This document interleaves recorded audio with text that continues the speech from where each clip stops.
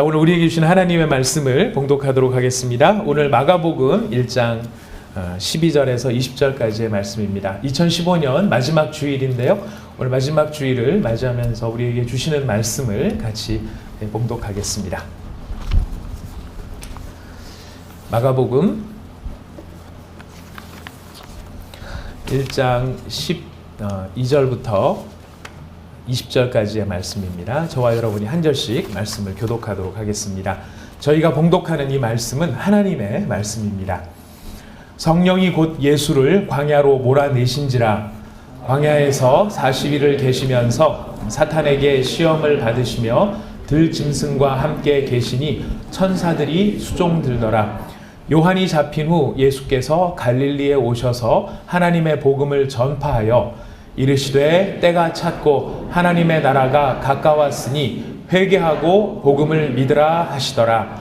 갈릴리 해변으로 지나가시다가 시몬과 그 형제 안드레가 바다에 그물 던지는 것을 보시니 그들은 어부라.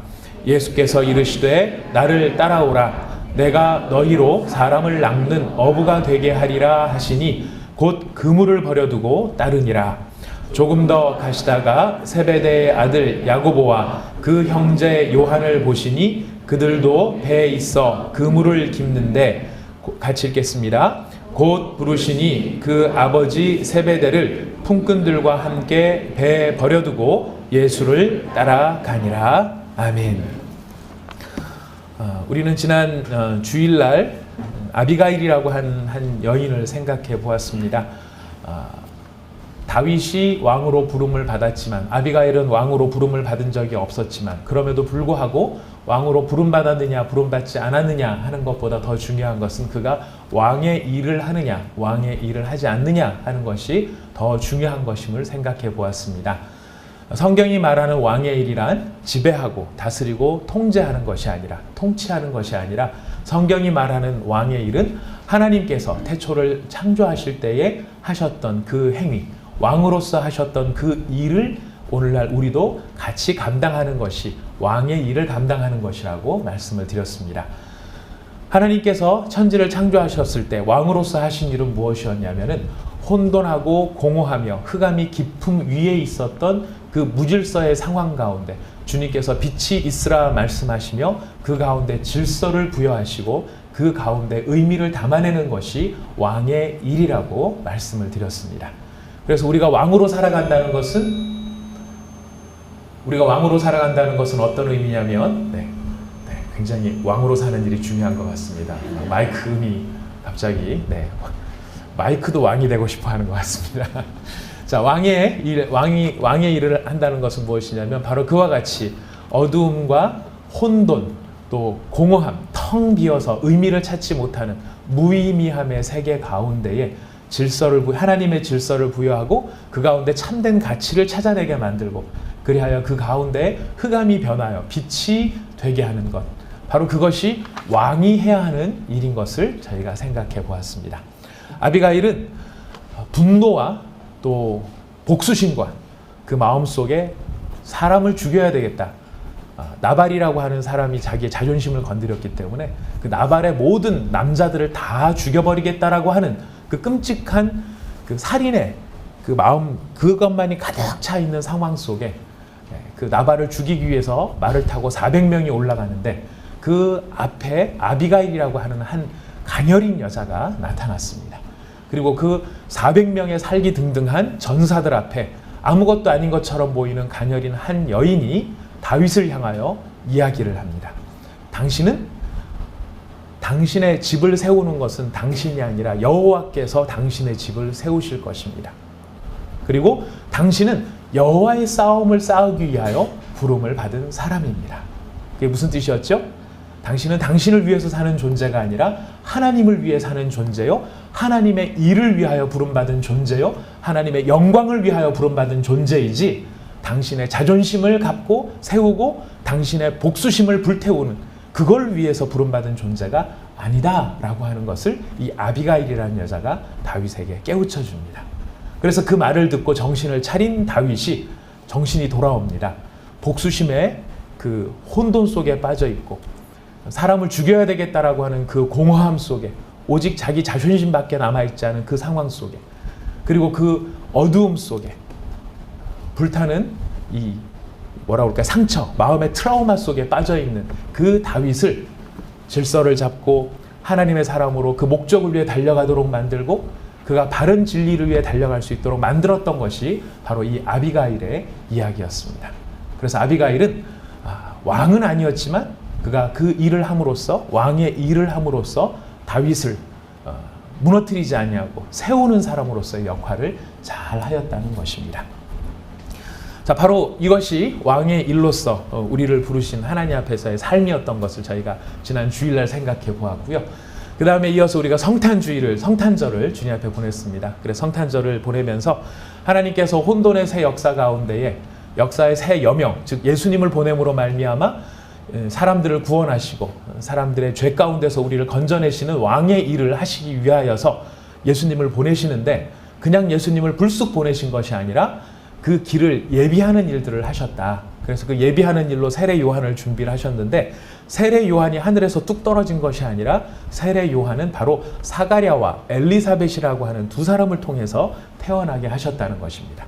근데 이 사가랴와 엘리사벳은 어떤 사람이었냐면은 제사장 집안인데, 그들이 평생을 살아오는 동안에 아기가 없었습니다. 그럼에도 불구하고 그 사람들은 하나님 앞에서 의인으로 살았던 사람이다 라고 하는 걸 말씀을 드렸습니다. 하나님 앞에서의 의인이라는 말은 사람 앞에서의 의인이 아니었다는 뜻이었죠. 사람들 보기에 잘 사는 것처럼, 꽤나 거룩한 것처럼 좋은 말하고 가려서 말하고 하지만 그 속에는 자기 자신의 자존심과 자기의 생각과 자기의 야망과 이런 것들로 똘똘 뭉쳐 있을 수 있는, 사람 보기에 의인이 있을 수 있지만 사가랴와 엘리사벳은 하나님의 보시기에 의인이었다라고 말씀을 드렸습니다. 그가 말하는 것과 속에 있는 생각이 일치했다는 것이죠. 그가 하나님 앞에서 자기 자식을 달라는 수많은 기도를 하였을 텐데도 불구하고 그 기도가 응답되지 않았지만, 그래서 나이가 많아서 더 이상 그런 것들을 바라볼 수 없는 상황이 되었지만 그들은 여전히 자신의 믿음을 버리지 아니하였고 하나님을 바라보는 그 믿음 안에 그 사람들은 든든히 서 있었다는 것입니다. 하나님께서 새 역사의 지평을 열어가실 때 그냥 열어가신 것이 아니라 바로 그렇게 하나님을 신뢰하고 믿음을 따르려는, 그 믿음을 지키는 자를 통해 하나님은 일하셨음을 우리가 지난 성탄에 생각을 해보았습니다. 그리고 마침내 하나님께서는 그들을 통하여 일하시는데, 그들의 어떤 부분을 통해서 일을 하셨냐면은 그들의 불완전함과 부족함, 그들의 연약함을 통해서 오히려 그들이 꿈꿀 수 없는 그때에 하나님께서는 태의 문을 열어주심으로 말미암아 이 구원의 역사가 하나님으로부터 말미암는다는 놀라운 사실을 사가랴와 엘리사벳을 통해 우리에게 확증시켜 보여주셨다는 것입니다. 이제 우리 하나님은 그렇게 불가능한 가운데서도 가능을 열어주시고, 우리가 하나님 앞과 사람 앞에서 동일한 의의를 갖기를 원하시는 하나님으로 왕의 일을 하시기를 원하시는 것을 우리가 지난 주일에 살펴보았습니다. 제가 이렇게 긴 이야기를 말씀드린 이유는 어디에 있냐면, 제가 어제 말씀을 준비하다가 충격을 받았어요. 내가 지난 주일날 설교를 뭐로 했지? 갑자기 하나도 생각이 안 나더라고요. 지난 성탄절날 내가 설교를 뭐로 했지? 생각을 해보니까 그것도 굉장히 아득한 이야기 같더라고요.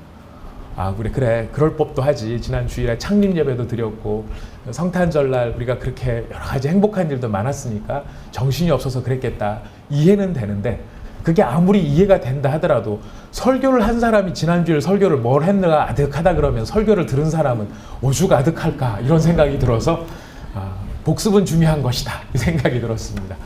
우리가 하나님의 말씀을 잘 듣고 그때만 은혜 받고 지나가는 것이 중요한 게 아니라 그것이 내 삶 속에 뿌리를 내리고 내 영혼을 새롭게 할 수 있는 그런 자양분이 될 수 있도록 말씀을 자꾸 마음에 묵상하는 것이 꼭 필요하리라고 생각합니다.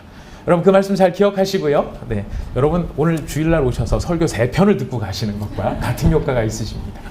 자, 오늘 우리가 마가복음 1장 12절부터 20절까지 읽었습니다. 우리가 12절을 이해하기 위해서는 9절부터 11절까지를 다시 한번 좀 같이 읽어보실 필요가 있으신데요. 여러분 마가복음 1장 9절에서 11절까지 다 찾으셨으면 같이 한번 또 읽어보도록 하시겠습니다. 시작. 그때에 예수께서 갈릴리 나사렛으로부터 와서 요단강에서 요한에게 세례를 받으시고 곧 물에서 올라오실새 하늘이 갈라짐과 성령이 비둘기같이 자기에게 내려오심을 보시더니 하늘로부터 소리가 나기를 너는 내 사랑하는 아들이라 내가 너를 기뻐하노라 하시니라. 아멘. 예수님께서 이제 공적인 사역을 시작을 하시는, 그러니까 예수님이 이제 성경학자들이 보통 얘기할 때 30살까지는 개인적인 삶, 즉 가정 안에서 아버지를 돕고 어머니를 돕고 그 가운데서 개인의 삶을 사는 인생, 그것이 이제 예수님의 30살까지의 인생이었다 이야기를 합니다. 그리고 30살부터 3년 동안 예수님께서 공생애, 즉 공적인 하나님께서 부르심의 목적을 위해서 3년간 일을 하셨다라고 성경학자들은 이야기를 합니다. 이렇게 3년이라고 하는 그 근거는 어디에 있느냐면 요한복음에 보면 예수님이 유월절을 3번 지키는 것으로 나타납니다. 그래서 3년이라는 카운팅이 가능합니다. 아무튼 예수님께서 이렇게 공생애를 시작을 하실 때 가장 먼저 하신 일은 그 갈릴리 나사렛이라고 하는 예수님의 원래 고향 동네로부터 요단강으로 나오십니다. 거기에서 요한에게 세례를 받으십니다. 원래 이 세례를 받는 것은 죄인이 회개하는 표징으로 받는 것이 세례입니다. 내 모든 죄를 씻어 주십시오. 제가 다시 죄를 짓지 않겠습니다. 라고 하는 것인데 죄인이 아니신 예수님께서 세례를 받으시는 것입니다. 더 이상 회개해야 될 죄가 없음에도 불구하고 세례를 받으신 것은 바로 자기 자신을 죄인인 이스라엘 백성과 동일시하시는 예수님의 자비의 마음 그리고 겸손의 마음이 거기에 담겨 있다라는 것이죠. 세례를 받으실 필요가 없음에도 불구하고 이 세상은 다 내가 얼마나 다른 사람보다 못나지 않았느냐 하는 것으로 못나지 않았는가를 증거하는 가장 중요한 표시가 뭐냐면 못나지 않은 사람들과 자기를 구분하는 것입니다. 내가 얼마나 깨끗한가 하는 것을 구분하는 방법은 더러운 사람과 자기를 구분하는 것입니다. 공적으로 죄인이라고 정죄되어진 사람과 친구가 되려는 사람은 없습니다. 다 들고 일어나서 비난을 합니다. 비난하는 이유는 어디에 있냐면 나는 저 사람들과 다르다라고 하는 것을 드러내는 표시이기도 하죠. 그러나 예수님께서는 나는 다르다라고 말씀하지 않으시고 나는 같다라고 말씀을 하십니다. 나는 너희와 같다. 너희와 함께한다. 바로 이 표시가 무엇이냐면은 요단강에서 세례를 받으시는 그 모습을 통해 나는 죄인인 너희와 같다라고 우리에게 말씀을 해주시는 것입니다. 죄인도 아니면서 죄인을 위해 죄인을 대신해서 죄인과 함께 죽으심으로써 그 죄인을 살려내는 것, 그것이 바로 예수님께서 하나님의 백성을 새롭게 창조하시는 방법이셨습니다. 그 결말은 고난받는 종으로서 죽음까지 수용해야만 하는 일이었는데 바로 그렇게 죽음까지 수용하는 방법이야말로 칼의 나라를 이기고 총의 나라를 이기고 폭력의 나라를 이기고 사랑의 나라를 세우는 방법이었던 것입니다.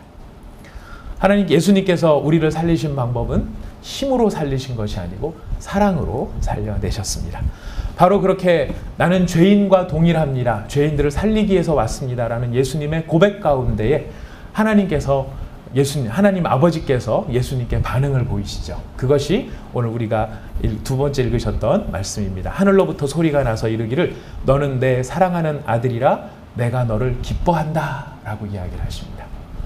죄인과 자신을 동일시하기를 원하시며 그 안에 순종하고 겸손하신 예수님을 바라보신 성부 하나님의 평가, 이것이 내 진정한 아들의 모습이다 라고 이야기를 하시는 것입니다. 우리는 우리의 힘과 우리의 능력과 우리의 파워가 충만해질 때 내가 하나님의 아들됨의 모습이 나타날 거라고 많이 생각할 수도 있습니다만 하나님께서 예수님을 자신의 아들이라고 호칭해 주신 것은 죄인들과 자신을 동일시하시며 그 가운데 겸손하신 그 모습을 바라보시며 하나님께서는 예수님이 나의 아들이다 라고 말씀해 주신 것입니다. 예수님께서 하나님의 아들이시다라고 하는 고백은 마가복음에 있어서 굉장히 중요한 주제를 이루게 됩니다. 마가복음에서 총 3번 이 고백이 나타나는데요. 오늘 우리가 읽은 이 본문에 한번 나타나고요. 마가복음 1장 1절에 보면은 하나님의 아들 예수 그리스도에 대한 이야기라고 하고 시작을 합니다. 그리고 마가복음의 제일 마지막은 어떤 식으로 끝이 나느냐면 예수님이 십자가에 달려 돌아가신 이후에 그 십자가 곁에 서 있었던 이방인 백부장이 이렇게 고백을 합니다. 이 사람은 진실로 하나님의 아들이었도다. 예수님의 요단강에서 세례받으시는 모습, 내가 죄인과 같은 존재입니다. 나는 죄인을 살리기 위해서 왔습니다라고 하는 그 연약함을 통한 사랑의 모습이 하나님의 아들됨을 증명하는 것이었다면 그 사랑의 완성이라고 할 수 있는 십자가의 죽음을 통해 이방인의 입술을 가지고 주님은 고백하게 하십니다. 바로 이 모습이 하나님의 참된 아들의 모습이다 라고 이야기를 하시는 것입니다. 바로 이렇게 하나님의 참된 아들로 인정받으신 예수님 앞에 어떤 일이 벌어지는가? 바로 우리가 읽은 본문 말씀의 12절 말씀이 예수님이 하나님의 아들로 인정받은 다음에 나타난 첫 번째 모습이었습니다. 우리 12절을 같이 한번 읽어보실까요? 12절 읽습니다. 시작. 성령이 곧 예수를 광야로 어떻게 하셨다고요? 예수를 광야로 몰아내신 분이 사단입니까? 성령이십니까? 성령이 그렇게 예수님을 몰아내고 계십니다. 자, 몰아냈다는 말은 엄격한 의미에서, 원어적인 의미에서는 내쫓았다라는 말이 됩니다. 성령님께서 예수님의 등을 떠밀어서 예수님을 광야 가운데로 쫓아내버리신 것입니다. 그냥 아주 몰듯이 쫓아내버리셨다는 것입니다. 그렇게 하신 이유. 자, 이것은 좀 상당히 우리한테 좀 당황스러운 이야기죠. 하나님의 아들이다. 누가 여러분 가운데 마음에 확신을 주시는 겁니다. 당신은 하나님의 자녀입니다. 당신은 하나님의 아들입니다. 당신은 하나님이 함께 하시는 놀라우신 하나님의 자식입니다. 이렇게 이야기를 하면 우리는 그 하나님의 자녀됨의 권세를 딱 받고 어디부터 가기를 원하십니까? 내가 하나님의 자녀가 딱 됐다. 그런 놀라운 권세를 내가 갖게 됐다. 뭐든지 다 할 수 있는 능력이 있다. 그럼 어디로 가시겠습니까? 500원을 들고 로또를 사러 가야죠. 어제 보니까 보려고 본 게 아니고 제가 로또 얘기를 저번에도 한번 말씀드리고 오늘도 말씀드려서 제가 마치 로또에 무슨 많은 관심이 있는 것처럼 오해하실까 봐 미리 말씀을 드립니다. 어제 그 설교 준비를 하다가 잠깐 마무리 해놓고 무슨 일 없나 싶어가지고 인터넷 신문을 켰는데 신문 옆에 오늘의 로또 이게 나오더라고요. 보니까 4명이 당첨됐는데 한 사람당 40억 원인가를 수령을 해가더라고요. 그래서 많다 이런 생각이 들었습니다.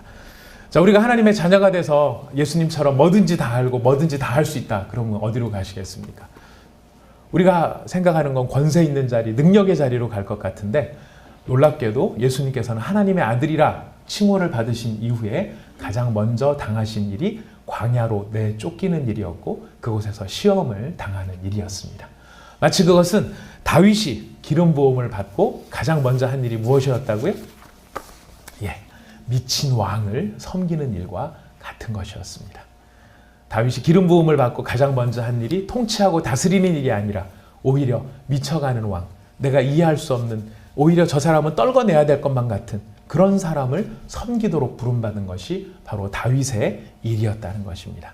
예수님도 마찬가지로 그가 하나님의 아들로 일컬음을 받고 그가 가장 먼저 당하신 일은 광야로 나가는 것이었습니다. 광야로 나간 이유는 고난과 괴로움을 당하기 위해서, 고난과 괴로움이 목적이 아니었습니다. 예수님께서 광야로 나가신 이유는 한 가지였습니다.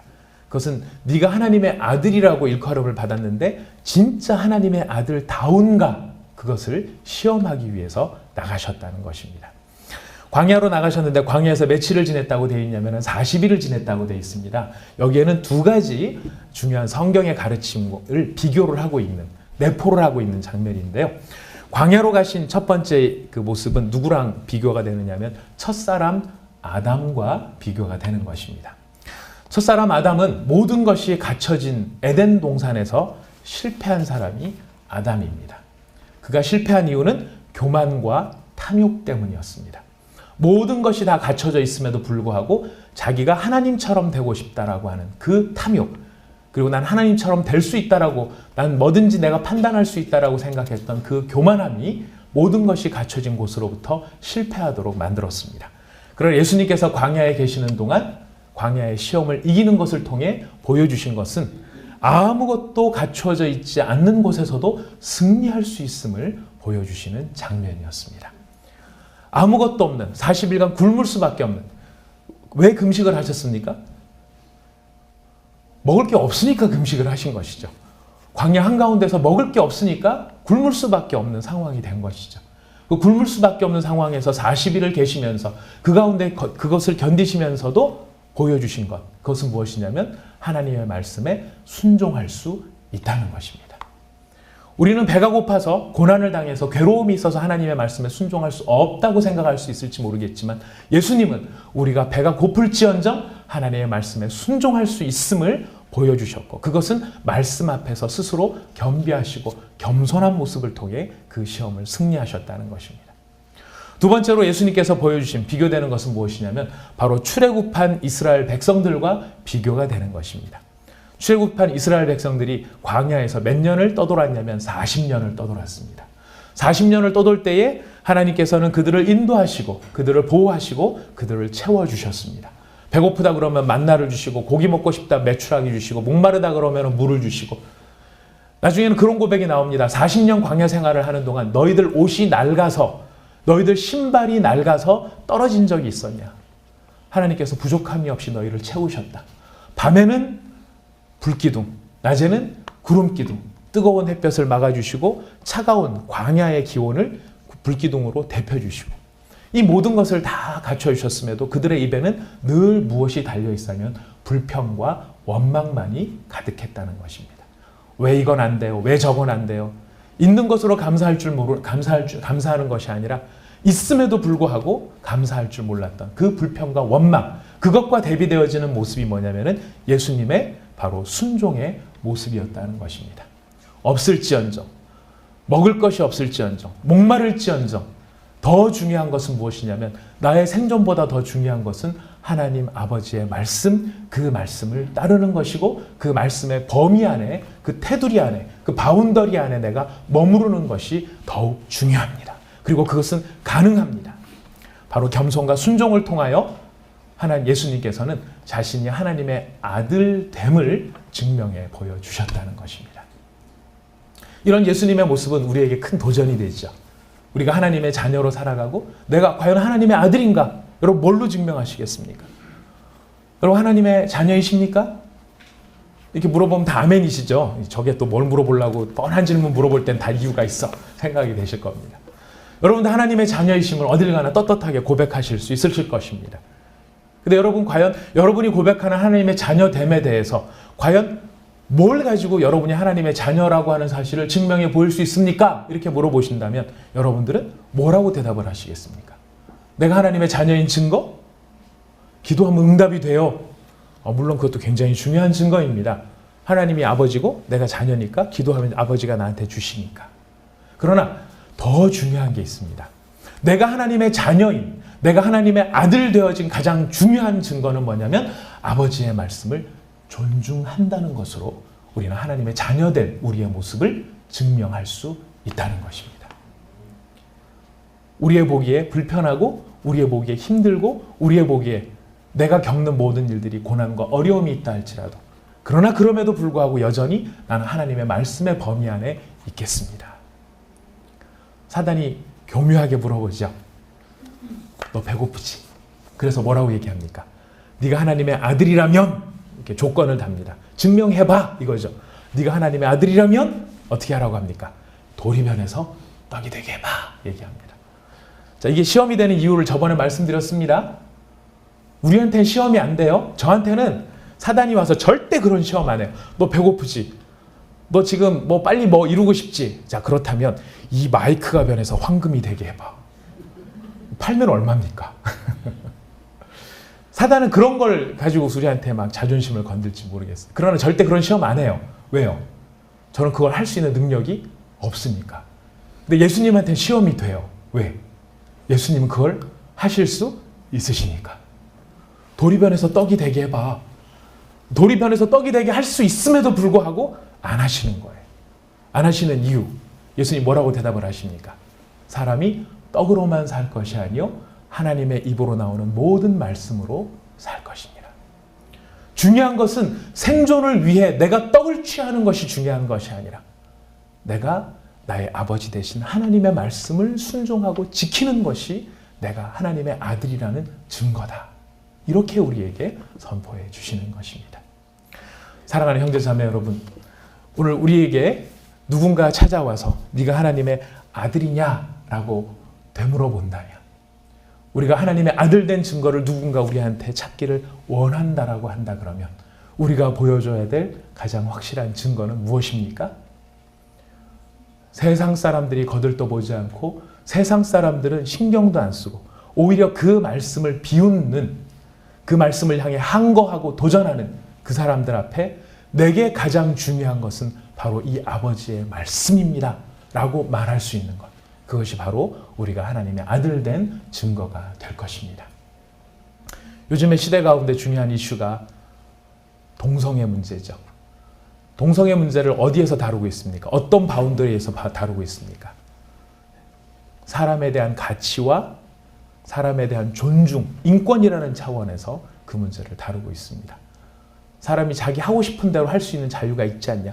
소수자라 할지라도 소수자의 인권이 보호되어야 하지 않느냐? 이런 것이 세상이 우리 가운데서 이야기하는 논리입니다. 사람이라고 하는 기준 가운데서 놓고 보면 맞습니다. 내가 짬뽕을 먹고 싶은 사람이 97명이 있고 짜장을 먹고 싶은 사람이 3명이 있다면 97명이 짜장 먹는 3명을 갈굴 수는 없지 않느냐. 짜장 먹을 수 있는 권리를 다오. 이렇게 말하는 논리의 연장선에 동성애의 문제가 있습니다. 짜장과 짬뽕이라면 얼마든지 양보할 수 있습니다. 불고기를 먹을지 갈비를 먹을지도 양보할 수 있습니다. 하다못해 채식을 먹을지 육식을 할지도 양보할 수 있습니다. 그러나 동성애 문제에 관해서 우리가 그 문제를 양보할 수 없는 이유는 어디에 있습니까? 우리는 인권의 논리 이전에 우리에게 삶을 주시고 생명을 주시고 생명을 주신 하나님의 매뉴얼이 있는데 그 하나님의 매뉴얼이 어떻게 말씀하고 계십니까? 동성애를 금지하는 말씀을 하나님이 하고 계시는 것이죠. 우리가 세상과 구별되어지는 것을 보여줄 수밖에 없는 그 모습은 어디에 있습니까? 바로 하나님의 말씀을 향한 존중이라는 것입니다.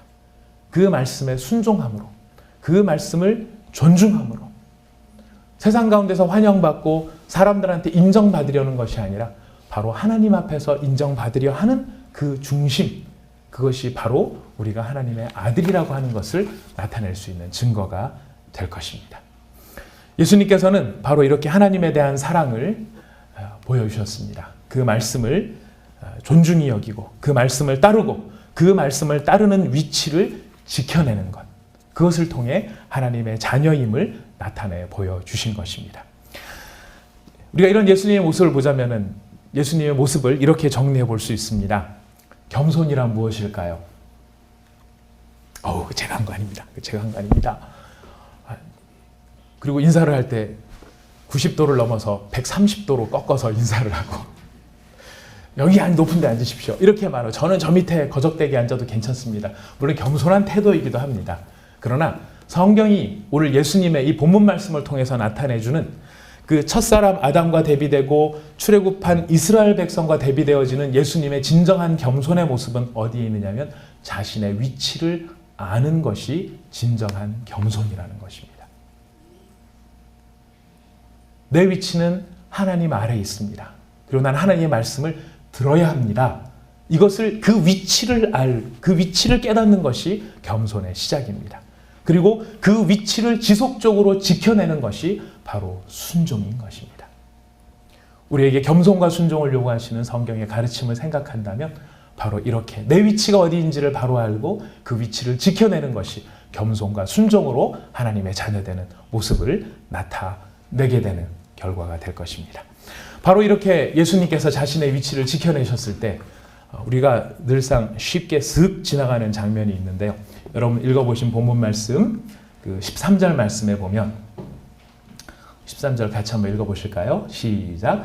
광야에서 40일을 계시면서 사탄에게 시험을 받으시며 들짐승과 함께 계시니 천사들이 수종 들더라.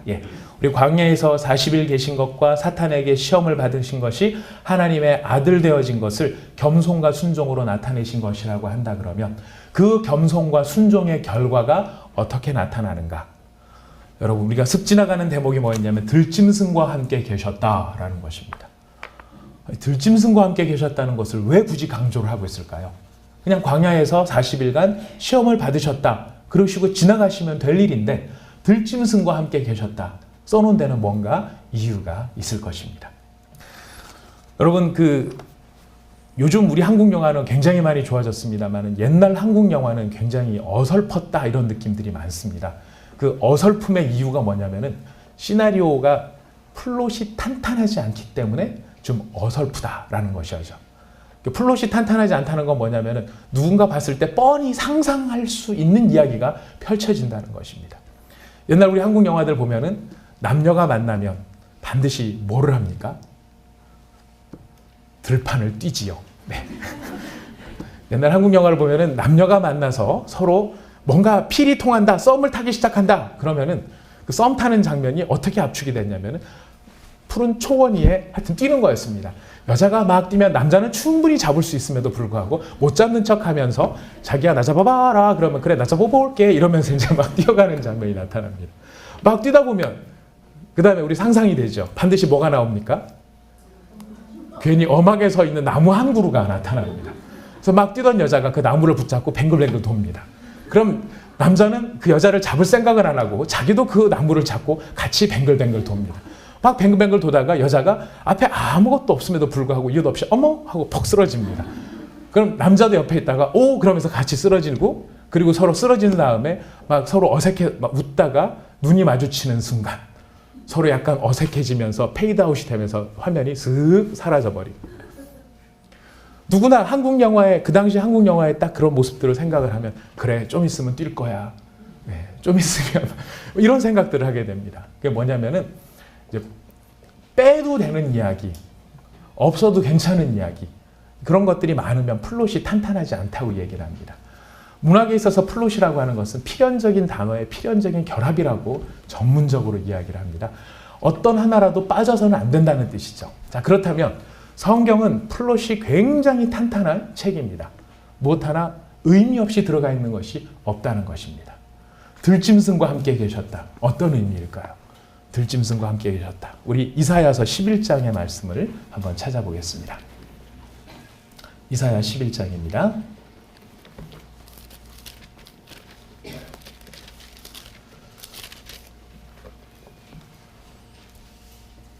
이사야 11장 말씀 찾으셨으면 6절에서 9절까지의 말씀을 같이 한번 읽어보도록 하겠습니다. 시작.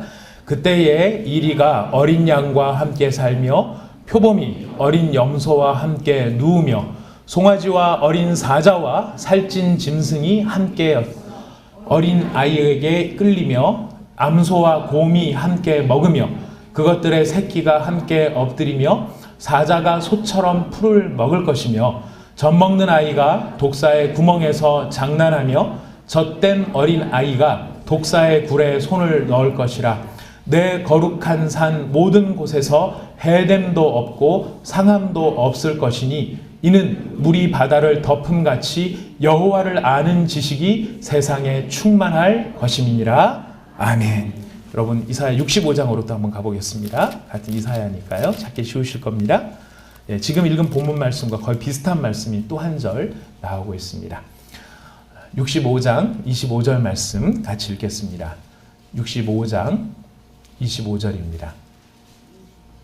이사야 65장 25절 읽습니다. 시작. 이리와 어린 양이 함께 먹을 것이며 사자가 소처럼 짚을 먹을 것이며 뱀은 흙을 양심으로 삼을 것이니 나의 성산에서는 해함도 없겠고 상함도 없으리라. 여호와께서 말씀하시느니라. 이리와 어린 양이 함께 먹고 사자가 소처럼 짚을 먹을 것이고 뱀은 흙을 양식으로 삼을 것이다. 그 이유는 무엇이냐면 나의 성산에서는 해함도 없고 상함도 없으리라. 이 이사야가 보았던 환상, 그리고 이 환상은 호세아서에 가면 호세아도 그런 환상을 보는데요. 제가 그거 찾지 않도록 하겠습니다. 무슨 뜻입니까? 예수님께서 메시아로 이 땅에 오셔서 하나님의 나라가 이루어질 때 이루어진 하나님 나라의 환상의 가장 아름다운 모습을 상징적으로 묘사를 하는 장면이 바로 우리가 읽은 이사야의 모습이라는 것입니다. 더 이상 해함도 없고 더 이상 상함도 없는 진정한 화평, 진정한 평화, 그것을 이스라엘 히브리 말로는 샬롬이라고 이야기합니다. 진정한 샬롬이 그 가운데서 이루어졌음을 선포하시는 그 모습이 무엇이냐면 예수님이 들짐승과 함께 계셨다는 것입니다. 예수님께서 들짐승과 함께 계시는 그 진정한 샬롬을 이룰 수 있었던 그 이유는 모든 것이 갖추어지고 모든 것이 완벽하고 모든 것이 순탄한 상황 속에 그 완벽한 갖추어짐으로 말미암는 그것 때문에 평안이 있었던 것이 아니라 오히려 역설적으로 아무것도 없고 모든 것이 없고 모든 것이 거친 상황 속에서도 내가 하나님의 자녀로서 내게 가장 중요한 것은 하나님 아버지의 말씀입니다. 나는 그 범위 안에, 그 바운더리 안에, 그 테두리 안에 머물면서 하나님이 나의 아버지이신 것을 즐거워하며 그 말씀을 따라 순종하며 살겠습니다. 이 고백이 바로 광야도 에덴 동산으로 만드는, 광야도 낙원으로 만드는, 광야도 성산으로 만드는 진정한 샬롬을 가져올 수 있게 된다는 것입니다. 사랑하는 형제자매 여러분, 우리가 2015년을 마무리하면서 우리가 우리의 마음을 새롭게 가져야 될 부분들이 무엇이 있을까요? 우리 안에 있었던 말씀을 향한 겸손하지 못함, 하나님을 믿지 못하는 불신, 그리고 내가 하나님처럼 되기를 원하는, 내가 하나님처럼 살고 있다라고 하는 그 착각과 교만과 탐욕을 내려놓는 일이 우리에게 필요할 것입니다. 그리고 순종보다는 불순종을 우리의 삶에 내가 이렇게 살 수밖에 없어라고 핑계하고 변명하는, 그러면서 불순종을 즐거워하던 자리를 내려놓는 것이 우리는 필요할 것입니다. 제가 오늘 이 말씀을 준비하면서 예수님의 순종이 광야를 샬롬이 가득한 회복의 땅으로 만들었다 걸 생각하면서 과연 그렇다면 우리 교회는 이것을 어떻게 적용해야 될 것인가를 많이 생각을 해보게 되었습니다. 개척교회 지난 창립 예배를 하나님께서 우리에게 너무 큰 은혜로 허락을 하여 주셨는데요. 우리가 창립 예배를 드리고 난 다음에 우리 교회가 어떤 모습으로 가야 하는가, 오늘 이 본문 말씀을 묵상하면서 하나님께서 우리 가운데 주시는 말씀은 불순종의 광야도 순종의 샬롬이 될 수 있는 것처럼 우리 온 사랑의 교회가 광야 가운데서라도 하나님의 말씀을 순종함으로 샬롬을 이루는 교회가 되는 것이 하나님의 기쁨이 되겠구나 하는 그런 깨달음을 갖게 되었습니다. 여러분, 이 샬롬을 이루기 위해서 필요한 일이 무엇인지 아십니까? 저는 그렇게 생각합니다. 진정한 샬롬을 이룰 수 있기 위해서 필요한 것은 느리게 가는 것입니다. 더디 가는 것입니다. 빨리 갈 수 있는 길이 있더라도 천천히 가는 것입니다. 그것은 느림과 천천히 가는 것이 미학이라는 뜻이 아니라 느림과 천천히에는 이유가 있습니다. 느림과 천천히의 가장 중요한 이유는 가장 연약한 자, 가장 부족한 자, 가장 모자란 자와 함께 가기 위해서 느림이 필요하다는 것입니다. 교회의 본질을 많은 사람들이 이야기합니다. 특별히 우리 사랑의 교회에서 우리 신앙생활 하셨던 많은 분들은 본질이라는 이야기에 대해서 정말 많이 들으셨을 것이고 고민하셨을 것입니다. 우리의 본질, 하나님을 예배하는 것이고 우리가 예수의 제자로 살아가는 것이 본질입니다. 맞습니다. 예배하고 제자로 살아가는 것이 본질입니다. 근데 예배하고 제자로 살아가는 이유와 목적이 무엇입니까? 예배와 제자 훈련은 본질을 이루기 위한 가장 중요한 과정이기 때문에 포기할 수 없는 것이고요. 그것 자체가 목적이 아닙니다. 예배 잘 드리는 건 중요한 것이지만 예배 잘 드리는 것 자체가 본질은 아니라는 거예요. 예수님께서 우리에게 보이신 핵심적인 본질, 너희가 제사를 드리려고 하다가 예배를 드리려고 하다가 형제와 불화한 일이 생각이 나거든. 그 일을 그만두고 가서 먼저 형제와 화해하라. 먼저 형제와 화목하라. 그 후에 와서 제사를 드릴지니라. 그 제사를 내가 받을 것이다 라고 말씀하십니다. 어떤 의미가 담겨 있는 것인가요? 교회는 강한 자, 세력 있는 자의 모습이 아니라 강한 자, 세력 있는 자가 약한 자, 부족한 자, 세력 없는 자와 보조를 함께 맞추는 것이 교회가 하나님 앞에 보여줘야 될 본질의 모습인 것입니다. 죄인을 위해 스스로 죄인의 자리에 이르셔서 받지 않아도 될 세례를 받으신 예수님의 모습이 바로 우리와 보조를 맞추시는 지도자의 모습이었던 것입니다.